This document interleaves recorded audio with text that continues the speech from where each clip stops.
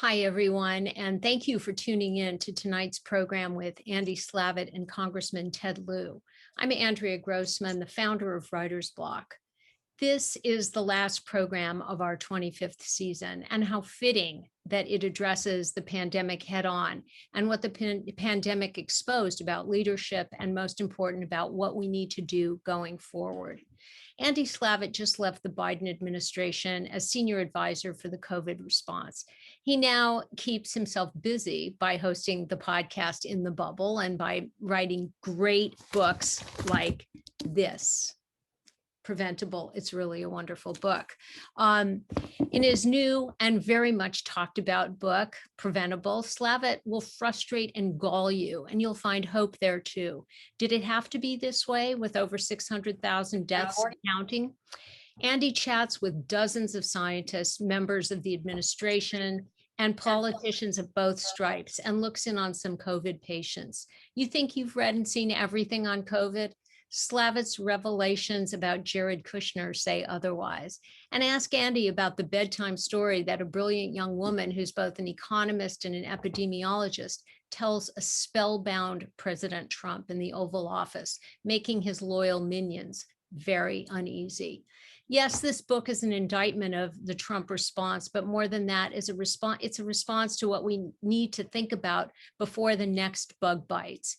In addition to his major healthcare accomplishments within the Obama administration, within private industry, and within the long stretch of the pandemic, Andy Slavitt is a master communicator. He knows how to make this topic into such a blunt and urgent drama with some laughs too. That conversation with Jared Kushner, Andy's intimate portraits of people hit by COVID will unnerve you. They're full of catch-22 and after catch-22. And no, we haven't learned everything about COVID yet, because this book really tells us so much. You'll have questions. Email them to us at reservations@writersblockpresents.com. We're delighted to welcome Congressman Ted Lieu back to Writer's Block. He'll be here in just a moment. He had something that tied him up for a second. And I'm proud that Ted is my congressman. He serves on the House Foreign Affairs Committee and on the House Judiciary Committee, and was a leader in the second impeachment effort last year. He's outspoken on gun safety issues, on cybersecurity, veterans affairs, and environmental issues, among others. Before I yield the floor to Andy Slavitt and Congressman Lieu, I urge you to visit our website, where you can find the link to Chevalier's books to purchase a signed copy of Preventable. Andy stopped by Chevalier's and signed them himself. So before we start with Congressman Lieu, I'm going to ask Andy a few questions. Oh, look, Congressman Lieu is here. Well, welcome, and we'll come back with questions from the audience in a little bit. Thank you.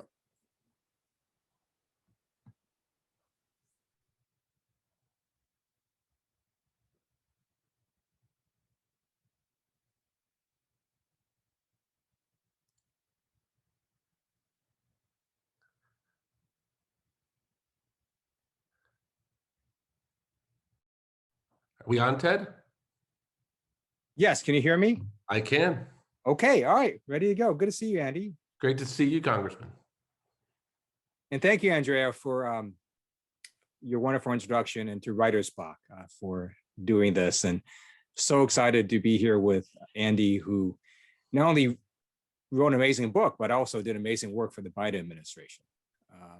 You recently just left, correct? Just left a few weeks ago. Great. Can you just tell maybe the audience a little bit what it was like when you were with the Biden administration? Sure. Yeah, well, I want to echo your sentiment first, Congressman. It's a bit of a pinch me moment to be here, both with you as well as on Writer's Block. You know, I really, if I could be anything, I would be a good writer. And this is my first effort, and hopefully people will respond to it. Yeah, so, you know, I think one of the things that made the last few months go relatively well is Joe Biden came in with a purpose. He came in willing to take accountability to solving this pandemic. And he made a commitment to leveling with the public and reestablishing trust in government. And he empowered us, Ron Klain, Dr. Fauci, Jeff Zients, and a number of others, Rochelle Walensky, to get it done and to deliver for the public.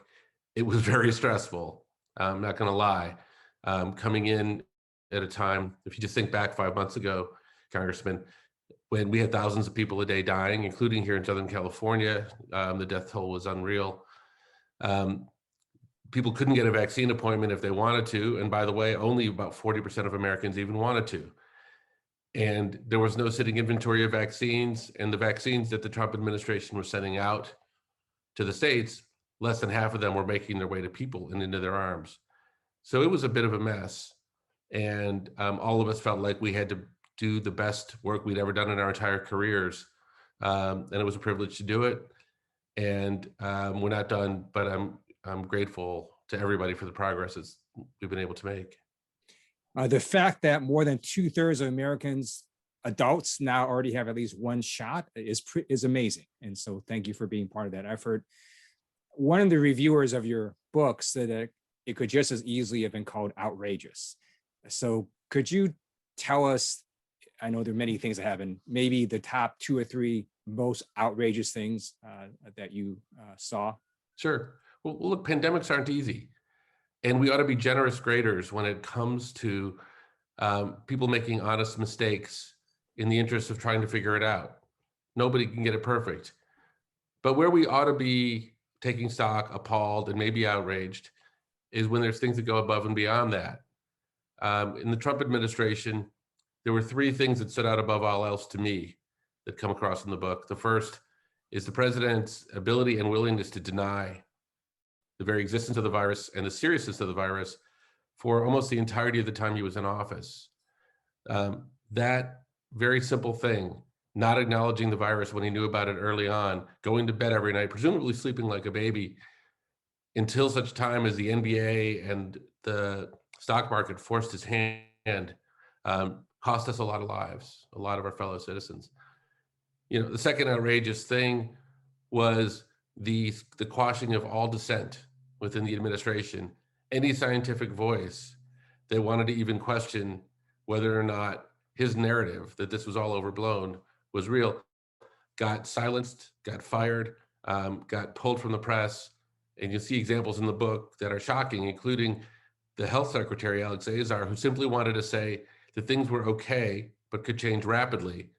He was pulled from Fox, and the HHS was not permitted to talk to the public or the press for 45 days. So, Congressman, picture this, we're in the middle of a pandemic. The entire department's not even permitted to communicate with the public.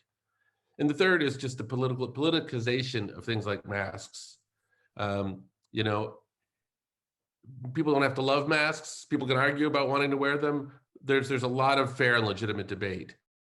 But making it an issue of political identity was really costly because it made it very difficult to have the conversation at all. And I think, you know, a populist is a very difficult type of leader to have during a pandemic. If you don't want to make tough decisions, you've got to play to the crowd. It'll end up costing us. So thank you for that. And I agree with everything you said. I'm curious, when you sort of talk about the former president denying COVID, and then he gets it, and he gets really, really sick. And I think as the articles have come out recently, he was even sicker than we thought. Why do you think that didn't change him after that? It's just sort of remarkable to me. Well, the best nearest as I could tell is, you know, it's not in his nature to accept responsibility for bad things happening. And it's not his nature to give up what he believes is the narrative that works for him. And I think the narrative he believed worked for him is that the stock market's going up, it's good for your 401k, and, you know, I may be unconventional, but you ought to elect me. And what Jared Kushner said to me, and this is all in the book, was at one point he said to me, you know, Andy, I think we've got a way to do this where the president will get credit for all the good news when we open up the country, and the states can get all the responsibility for the bad news when things inevitably go badly and they have to close things down. And I had an argument with Jared, who I didn't know very well, which is laid out in the book. But his general strategy was avoid accountability at all costs. And I don't think that worked. And ironically, if you want to know the truth, I think if he'd accepted accountability, the American public would have probably gotten behind him and rallied behind him if he would have said, you know what, we're going to get through this, to go through this together. There's a long history in this country of rallying during crises. He chose not to do that. He played to his instinct and his nature. And I think it cost us dearly. It also wasn't successful for him. I think that's right. I think you could certainly imagine a scenario that if the former president had done things differently, that he would not be the former president, that he would have won re-election. And unfortunately, he didn't do things correctly, and hundreds of thousands of people died. I am curious where you sort of see all the folks that were in his orbit. When history looks back, I think some historians, and actually even us now, might wonder, why didn't more people just stand up and say, you're crazy, like you can't do this? Why did some people just sort of go along with his denials and all the bad things that they did? One of the things he's very effective at is making an example of people who speak up. And the first person to speak up was a woman named Nancy Messonnier in the CDC, who went out and gave a press conference because everybody else was silent. And she said, in effect, things are going to get very, very different. We may end up working from home. We may end up having to pull kids out of school temporarily. We may end up having to socially distance. And she said this when she had no authority to say it because nobody else was saying it. And she's still getting threats to this day because the president went off on her, and he got Alex Azar to do the same. And from then on, anytime someone crossed the line, they were summarily either fired, like Rick Bright was, or they were silenced, or they had the role pulled from them. And Tony Fauci fought this battle. And I think, there's this thing where you're part of the president's staff and you kind of persuade yourself that of all of your options, it'll be better for the country if you stay. Sometimes that's really just a self-serving argument. Sometimes, people are trying to make the best of a challenging situation. But what you saw was eventually the head of the FDA, the head of the CDC, Deborah Birx, almost all of those people eventually that had a scientific background reached their limit. And when they reached their limit of being pushed around, we saw it. But, he did not keep strong people around him for a reason. He didn't trust experts. He didn't like people who disagreed with him. And unfortunately, he hunkered down and essentially tried to avoid blame rather than solve the problem itself. Now, it's interesting you mentioned Dr. Vossie and Dr. Berg. To me, it seems like they sort of took different paths. It seemed to me that Dr. Vossie did stand up to the former president. Dr. Berg, to me, it seemed like she did not. Would you agree with that, or do you think we're not looking at the facts correctly?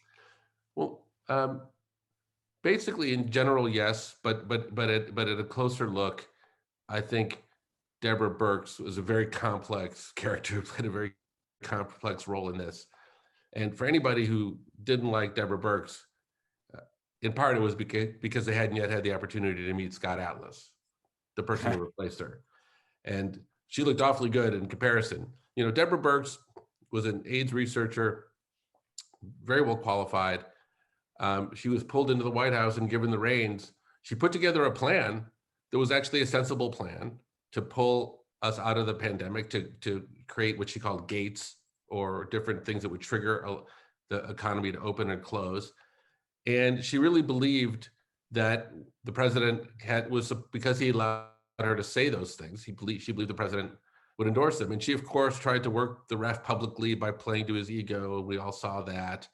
But she also, I think, got a little too close to the groupthink in the White House, and she became very, she had rose-colored goggles to a degree, but she certainly had rose-colored goggles when it came to the president. And I confronted her about this and said, how can you be in a situation where you on one day say, we're going to remain closed until things get better, and the next day your boss tweets, liberate Minnesota, liberate Michigan, because he has armed supporters who are attacking the governors of those states when you've just said that those states need to stay closed. And, at a moment like that, we can all say she probably ought to quit. She probably ought to have quit her job. And she would probably say, Scott Atlas was far more destructive than I was, and so I was playing a role in being there. And, there's a complex argument to this. But what I will say is that after that, when she got summarily tossed out, she spent the rest of the term driving around the country trying to redeem herself by visiting with governors and trying to warn them of what was about to happen. Huh. I did not know that. That's interesting. Now, I'm curious if, in sort of, as you were doing the research for your book, if you came to sort of an assessment of, did the former president believe what he was saying? In other words, did he, because clearly you have people like Scott Atlas also saying some pretty crazy stuff, and that's a Stanford guy, right? Stanford professor and doctor. And so did the president sort of believe some of the crazy things that he was saying, or do you think he knew that he was just trying to fake out the public and he was hoping for something else to happen, but he knew that he was lying? What was your sense of that? I think he got to the answer he wanted before he knew the facts. So whether he ended up convincing himself of it or not, who knows? But Scott Atlas, look, the story of Scott Atlas is interesting because I had a conversation that was involved in a conversation with Reince Priebus, the former chief of staff, who had just come from a meeting in the White House, and he was talking to a bunch of folks about strategy. And he said, you know what the president's going to do? So the president's got to go find, because they were taking all kinds of criticism from epidemiologists and scientists. He's going to go find a scientist of his own and play into the media's penchant for both sidesism and find somebody with a Harvard or a Stanford credential who will come out and say, in effect, that this is all overblown. So Scott Atlas in that context is just the Frankenstein monster. He's the guy that they found who raised his hand to say, whatever basically the president is saying, I'll be the guy to say it. Now, unfortunately, Scott Atlas is a radiologist. So in all of the time, in the 3 months that it took since Priebus told me this, they couldn't find a single epidemiologist to come into the White House and do this. And someone could have made their career, they could have made bank, they could have, he couldn't find an epidemiologist that would come in and essentially do that work. But Scott Atlas, who'd been on Fox News and was saying, in effect, this is all overblown, this is not a big deal, got tapped, came into the role, and in some respects just did what was asked of him. It's interesting. Now, COVID did reveal a lot of our existing health disparities. So it did show that African Americans, Latinos, and Asian Pacific Islanders died at far higher rates than the general population did. Can you explain, one, why you think that happened, and two, how we can fix it so that this doesn't recur in the future? There's a scene in my book where someone says to me, Andy, I don't know anybody that's died of COVID. And it was said in a way that I interpreted to at least be somewhat accusatory. Like, is this really happening? How could thousands of people be dying every day? And I don't know a single person. And what I said was, you do know people who are dying of COVID. They're the people that are growing your food in the Central Valley of California. They're the people that are driving trucks. They're people that are working in meatpacking plants and other warehouses. There are people that are working in grocery stores, getting paid by the hour. There are people who are delivering food to your home from Amazon and other outlets. These people all work for you. You just don't happen to know their names. And I think it reveals a dichotomy in our society that's both race-based, but also income inequality based as well, where we have, a number of people.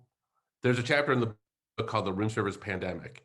What it eventually reveals is there are a kind of a dirty little secret, which is there are a lot of people who are on one side of the quote unquote room service wall, to whom the pandemic was not a significant hardship in the sense that they obviously had things in their lives that they missed and it was not fun and all that, but they had plenty of savings.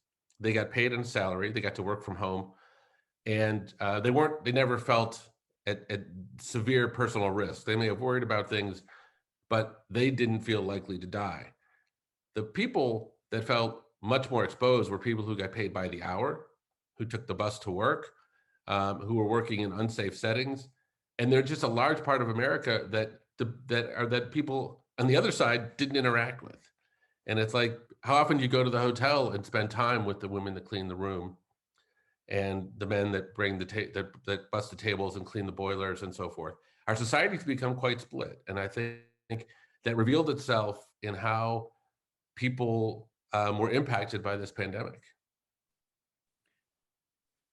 Now, on a going forward basis, what would you say would be the best ways to strengthen our healthcare system or even our economic system, so that if we had another pandemic, hopefully we won't, but or really bad flu or something that is threatening people's lives, how can we reduce these disparities? Like, what changes would you advocate? Sure. Well, I'm going to point to something and offer gratitude to you, Congressman, because there's a first step of this that I think is actually inherent in something you just did. And that is that we learned a bunch of things during the pandemic. For example, that there are a number of kids that don't have internet at home, and therefore they can't study when they're away from school. That they don't get lunch, a regular lunch, unless they're at school. Okay, so those things were true before the pandemic. They were true during the pandemic. And it's up to us whether they will be true after the pandemic. And we can choose whether we address these things or not. So the COVID relief bill, which provided a child tax credit for everybody in the country with children, so that moms and dads can work and support their families and send their kids to school, not have to make terrible choices between one or the other. Those are the kinds of things that, should they become permanent, will prepare us much more significantly. There are the countries that did well in response to the pandemic, by and large, had two features in common that we don't. One is a social safety net and a kind of an egalitarian economic structure, so that what impacts you impacts me.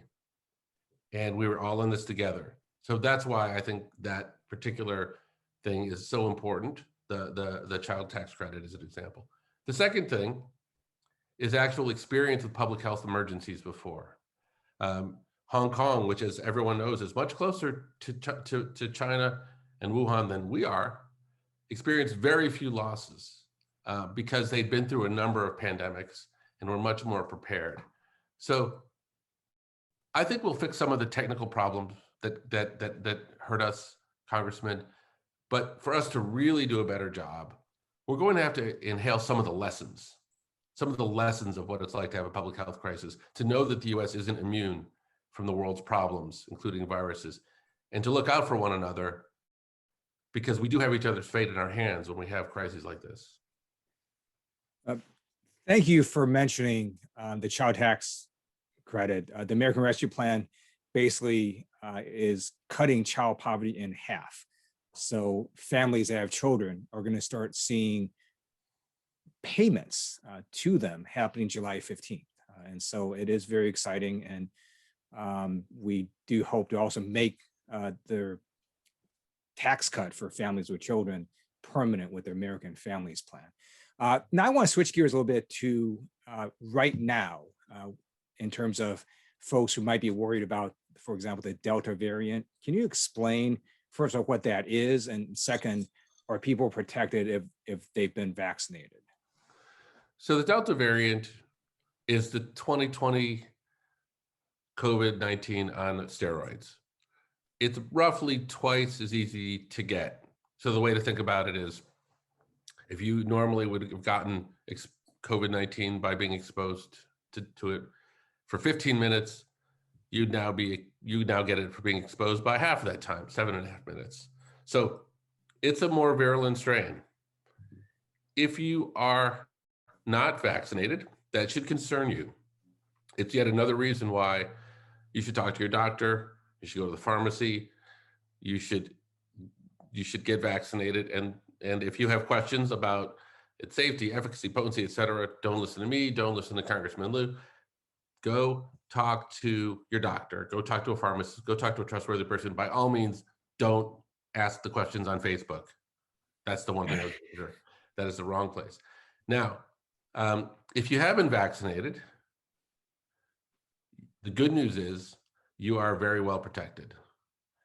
The science says you are very well protected.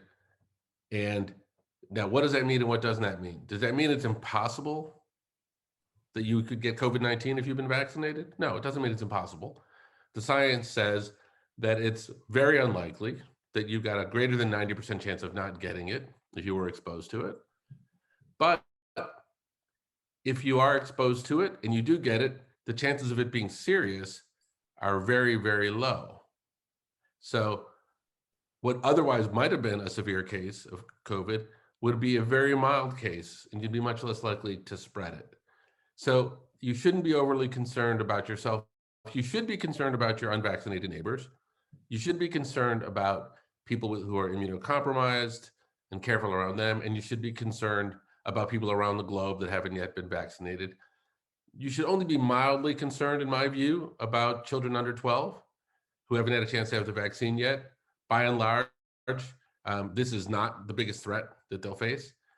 So right now, even with Delta, COVID-19 is something that you can categorize as a manageable threat, a manageable challenge. And you have, I guarantee you, you have a lot of manageable challenges in your life. Your boss, your neighbors, transportation. Well, this is just another manageable challenge. It's no longer the emergency threat hanging over you if you've been vaccinated. So now I've read some posts on social media, which I admit, as you just said, is not a good place to get this information. But some of the people I do tend to respect did suggest that if you had the J&J vaccine, you may want to get a shot of Pfizer or Moderna, seem to offer additional protection. Is there any truth to that, or what's your view? Yeah. So on my podcast In the Bubble, I just had Dr. Rochelle Walensky on today. And I asked her this question, knowing full well that the CDC doesn't have enough data to make a determination. I've also asked Dr. Fauci, who doesn't have enough, said the same, we don't have enough data determination. Still, I ran by them, their options, and here's what they said, as well as other smart people I've known have said. Number one, it's perfectly acceptable to wait and not do anything right now because the prevalence is so low of COVID-19 at the moment that there's not a significant rush. And so the official recommendation of waiting is one that I think many scientists and physicians say merits support. Having said that, these are all individual judgments for us about what our risk tolerance is and what makes us feel safe and what makes us feel careful and we don't want to be nervous.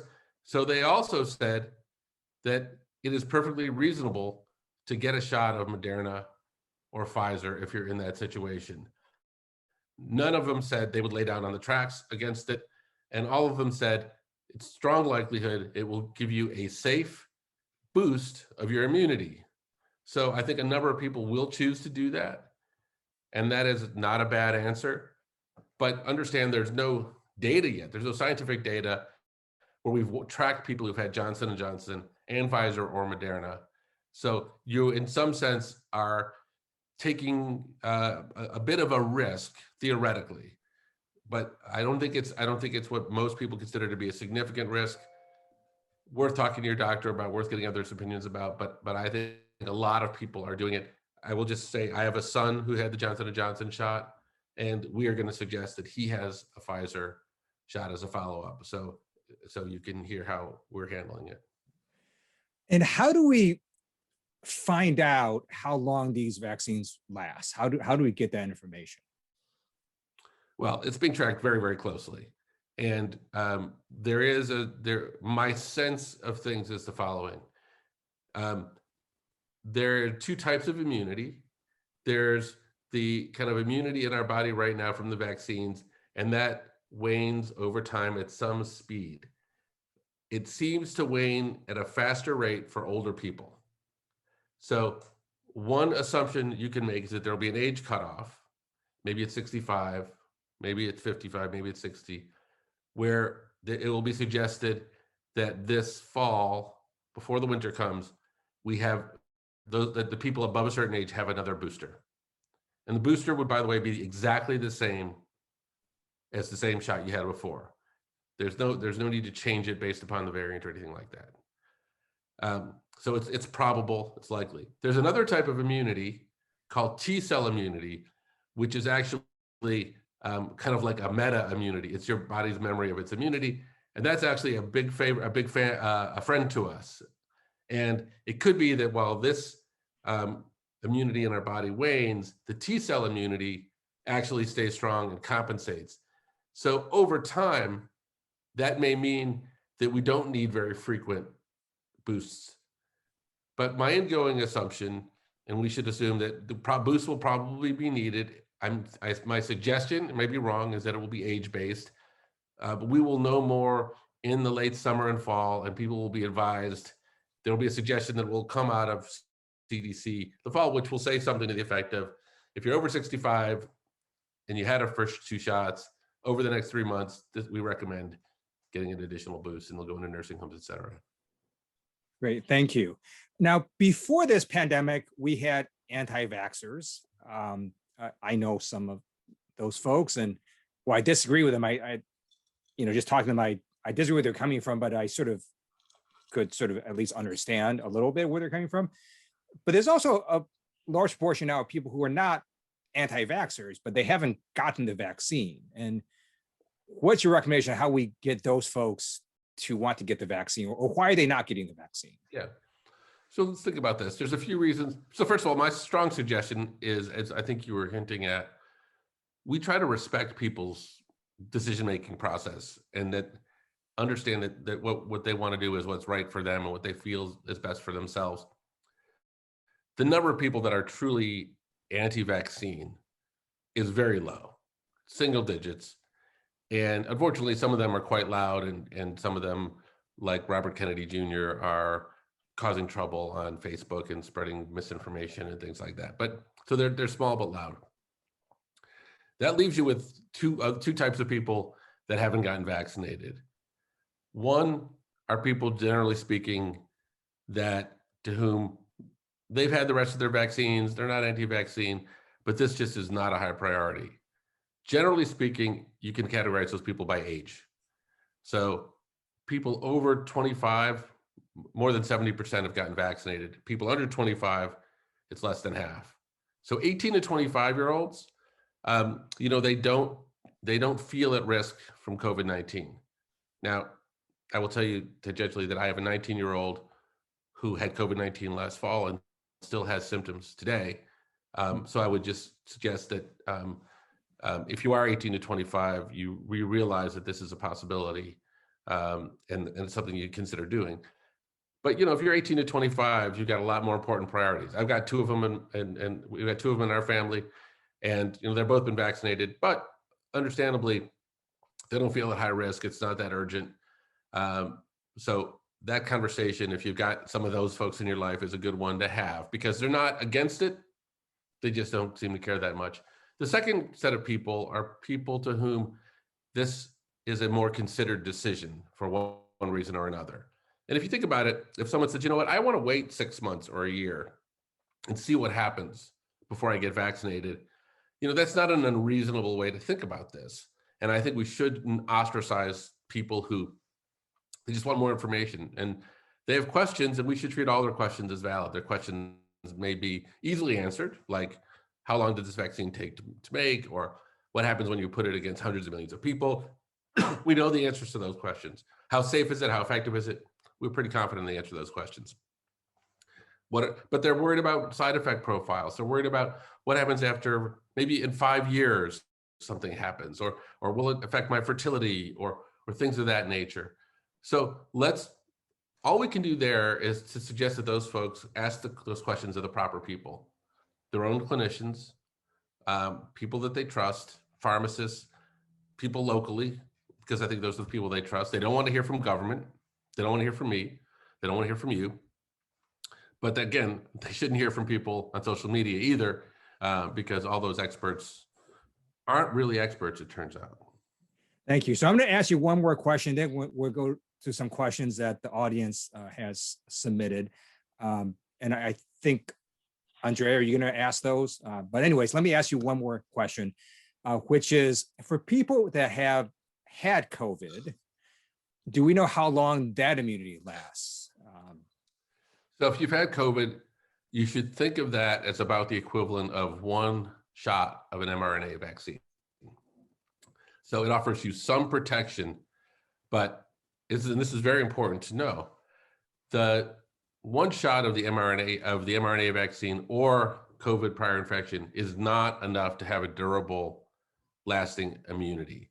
So if you've only had one shot, unless there's some exceptional reason, you should absolutely have your second shot. If you have had prior infection, you should absolutely get your vaccines, because it provides you only a relatively modest amount of protection against the variant.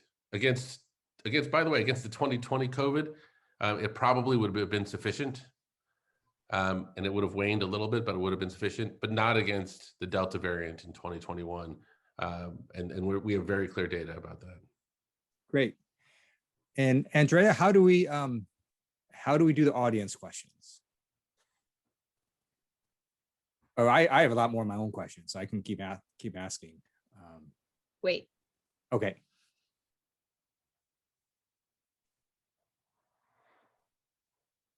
Thank you. Sorry, it took me a second there.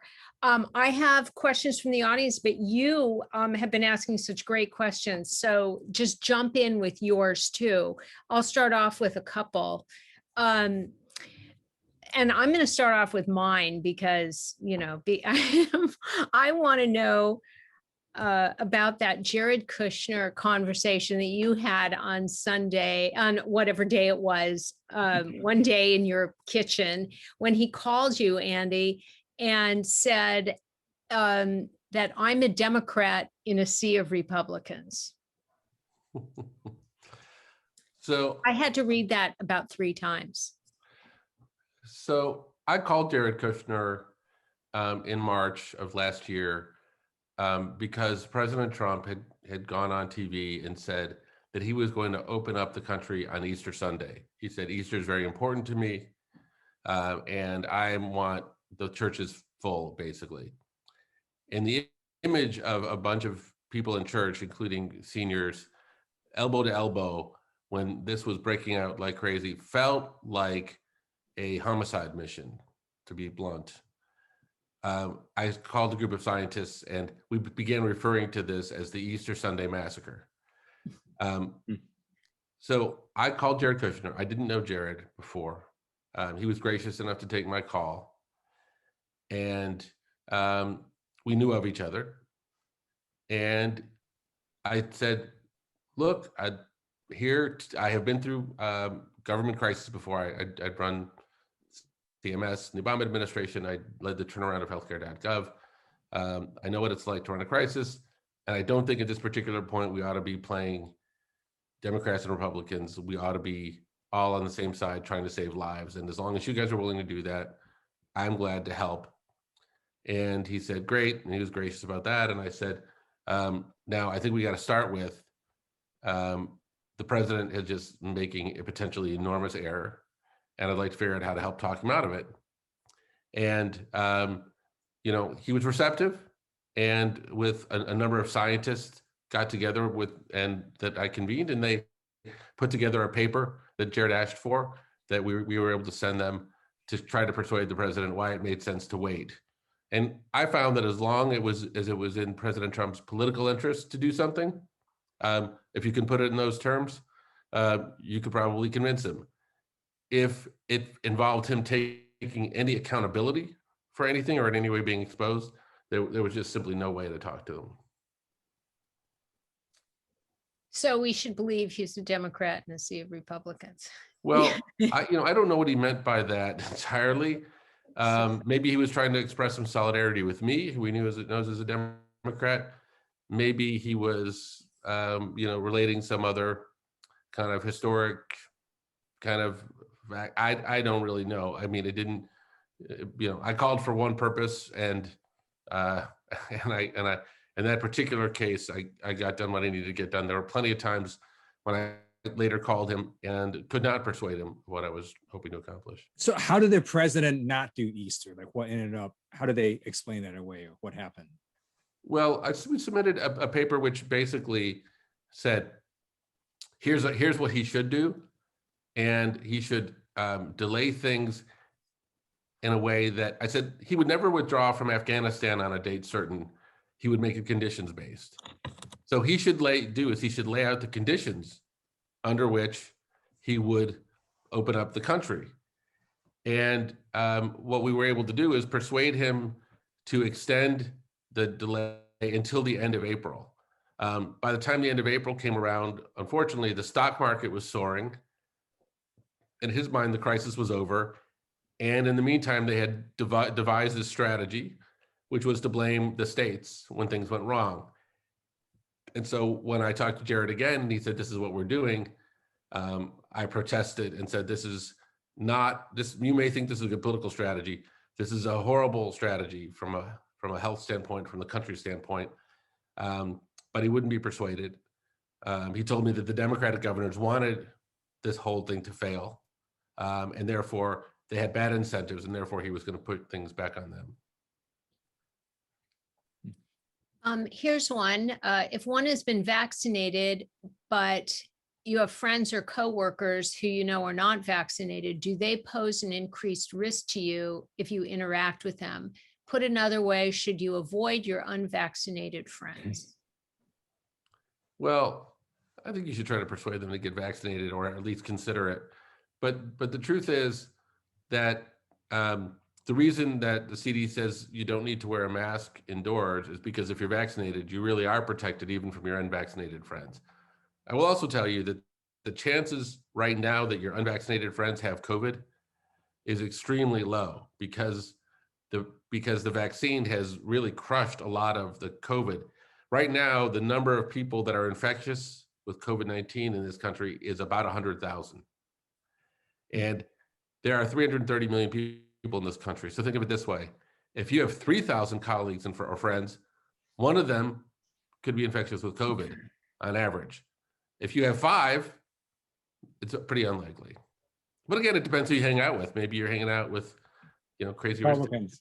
Hey now, let's say that. This is a question for both of you. What is your position on the COVID-19 vaccine patents and the global community urging countries like the US to waive them? Would you like to start, Congressman? Sure, I'm open to considering that issue. I honestly don't have enough facts about it. Just a limited amount of facts I do have is, it is my understanding that it's not like you can just sort of make this vaccine. I mean, you have to have some expertise on how to make a pretty complicated mRNA vaccine, and not a whole lot of places can actually do that. So I think if that concern was addressed, then I can say, yeah, if your country wants to be able to do that, I'd be open to modifications of the patent. Yeah, I mean, Andrea, who's the biggest celebrity chef in Southern California these days? I just moved back here, so. You're asking the wrong person. I don't know. Well, Wolfgang Puck still does have a lot of restaurants. Okay, Wolfgang. So if Wolfgang Puck gave me the recipe for one of his most exotic dishes, I couldn't open a restaurant and with that dish, the recipe would do me no good. So this is what Congressman is saying. It's exactly right. Here's what I'd say: we have a massive health equity problem in the globe. The wealthy countries are getting vaccinated rapidly. The intermediate and poor countries are not. That has to be fixed. The only way that gets fixed is if the wealthy countries like the US and the G7 nations and even the G20 pays for the vaccines for the rest of the globe. And the US under President Biden has stepped up to lead that effort. And you may have seen with a $500 million vaccine commitment and more on its way. And the only way that happens also, the only way this can maybe happen affordably is if the pharmaceutical companies do that at cost. They can't, if they want to make money, they should be making money off of the wealthy countries as they are. They should not be making money off of the poor countries. And by the way, I think there's everything I said, I think there's pretty good agreement. I think what waiving the IP patent basically says is we cannot let the pecuniary interest of any company get in the way of saving a life. We just simply can't. And so if for some reason the pharmaceutical companies decided, you know what, I want to change the rules. I don't want to play that way. I don't want to vaccinate the globe. I don't want to put my intellectual horsepower and recipes against this. Then we'll find someone who does, because we are never going to put profits ahead of a human life. And I think that's what President Biden and the World Trade, the trade team said. And I think that's what they're going to try to work out. But the fact is, the same people have to do the same work and spend the same money and provide the same leadership. And I think we should be very grateful to be resuming our rightful place as a global leader in this effort. In your book, I mean, just as a follow-up, you give 3M a pretty rough time for their refusal to make more N95 masks when you were trying to procure them for health workers all over the country. Can you talk about that? Can you tell the listeners about that effort? So I think many of you probably got some of the same emails I did, which is there were no N95 masks available, except you'd go on the internet and people would be trying to sell them to you at 10 times the cost. And so I tried to figure out, how are all these 3M masks available at 10 times the cost, bootleg? So I called 3M and I said, what is happening to your inventory? And they said, oh, nothing. We're maximizing and we're selling manufacturing as many masks as possible.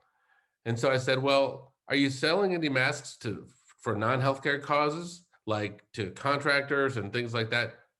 Well, yes, we assume so, but we don't track it. Are you selling any N95 masks to countries that don't need them? For example, South Korea had plenty of masks and had very low COVID and had their own masks. And then said, yes, we are.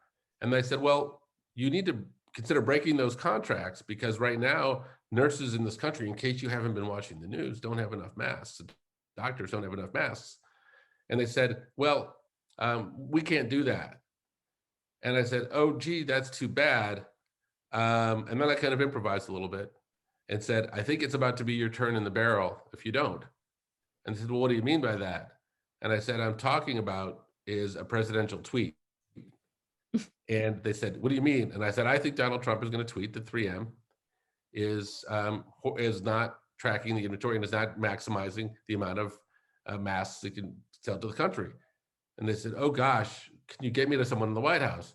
So I said, sure, hold on. And then I called the White House and I got a staffer to persuade the president to issue that exact tweet. Wow. And so then that tweet came out, and thus a deal was soon made where magically 3M found hundreds of millions of additional masks. And in this one instance, President Trump got credit for making a deal, which I laughed about, but didn't mind, because we got hundreds of millions of more masks available, and 3M got called to the carpet. Yeah, and that's a Minnesota company too. I mean, and I'm surprised that, and you asked for the CEO, right? And you got, he didn't pick up, as far as I know, right? It was just the sales. I want to be clear, 3M was the exception and not the rule. People during the pandemic, so many people really pulled together. There's another company in Minnesota, Medtronic, that manufactured many of the world's ventilators. And what they did was 180 degrees different. They said, we can't possibly manufacture enough ventilators as quickly as possible.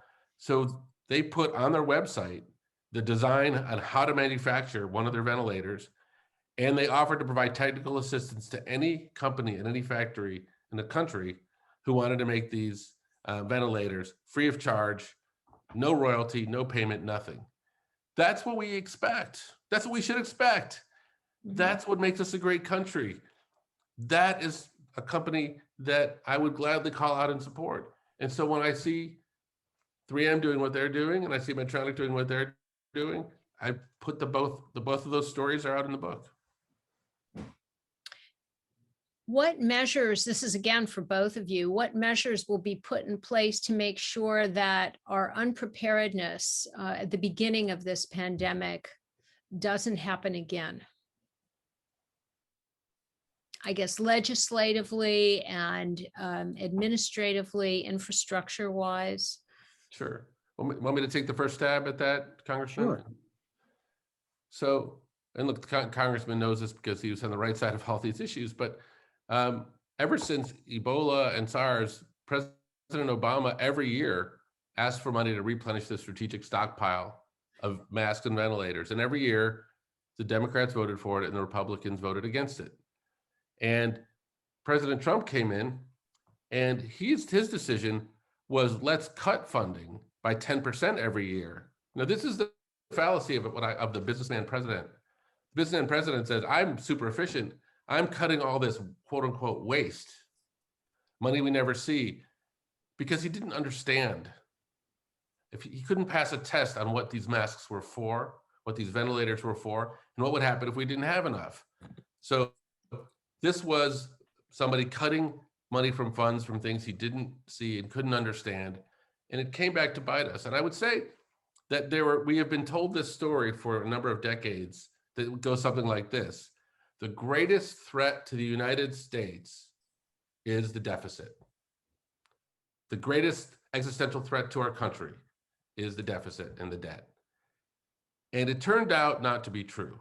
It turned out that the greatest threat was robbing people of a safety net, robbing our country of preparedness.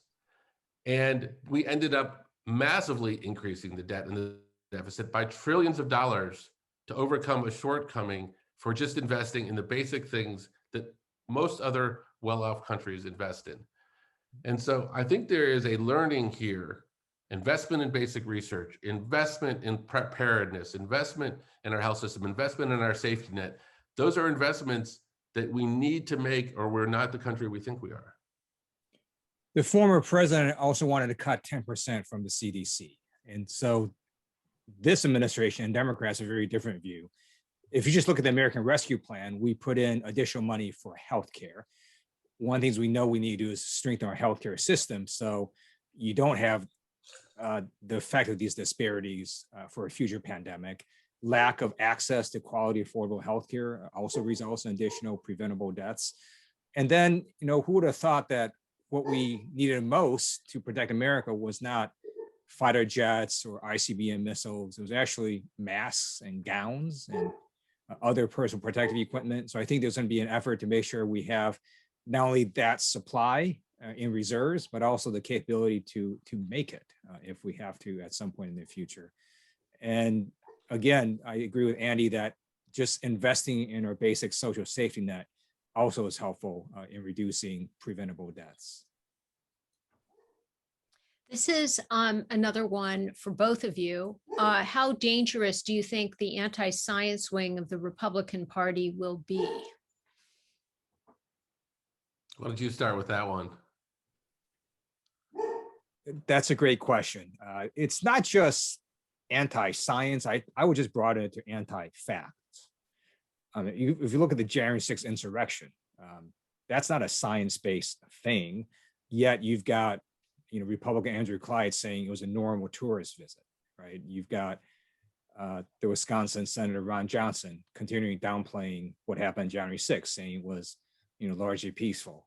So this goes to beyond just science. It's simply a rejection of anything that they believe is harmful to their ego or their ideology or their view of the world. And I think George Orwell put it best when he said that the party told you to reject the evidence of your eyes and ears. It was their final, most essential command.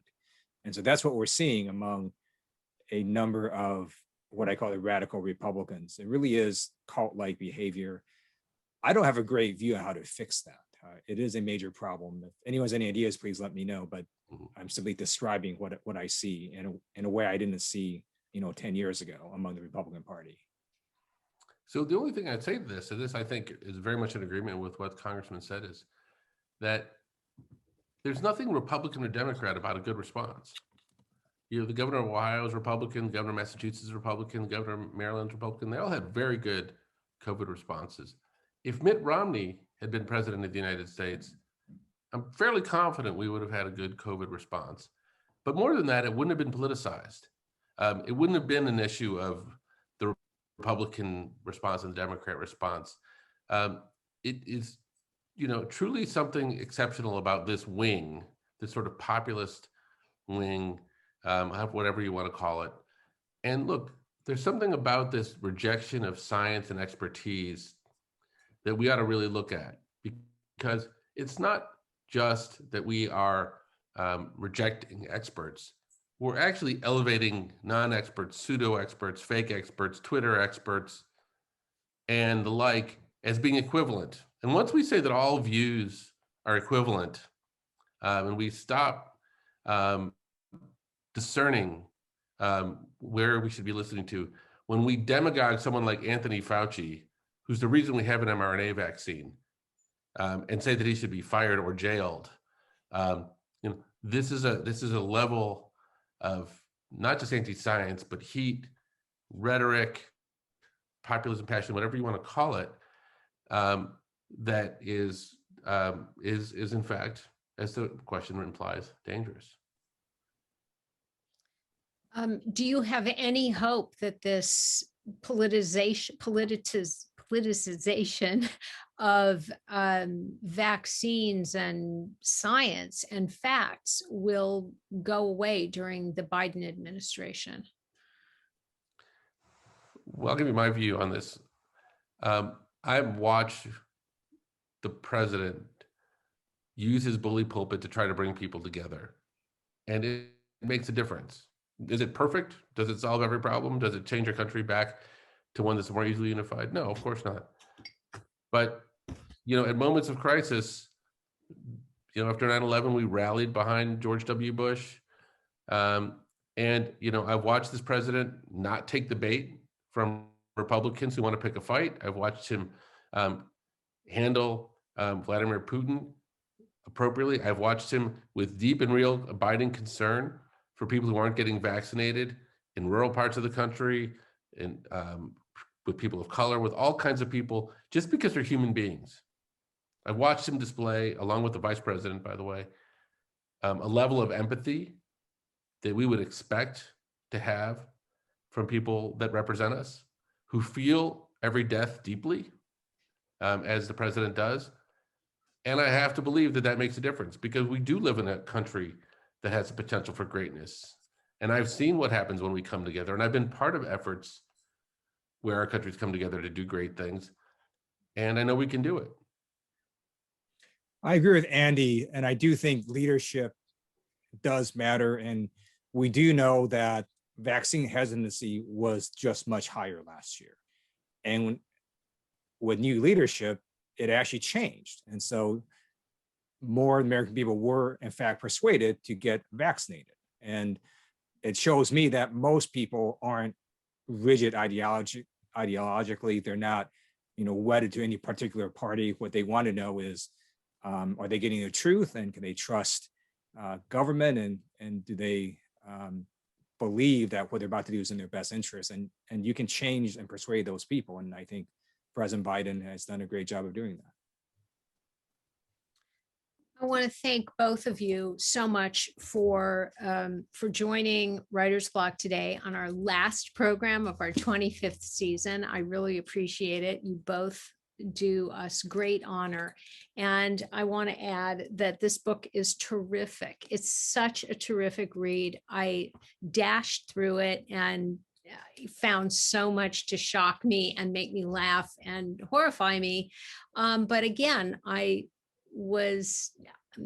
found great hope, and I really did love it. I urge you all to go to Chevalier's, call Chevalier's, go to the website, and you can get signed books from them.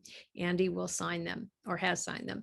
Anyway, thanks to both of you, and I look forward to hearing from you more. Bye-bye. Thank you. Thank you.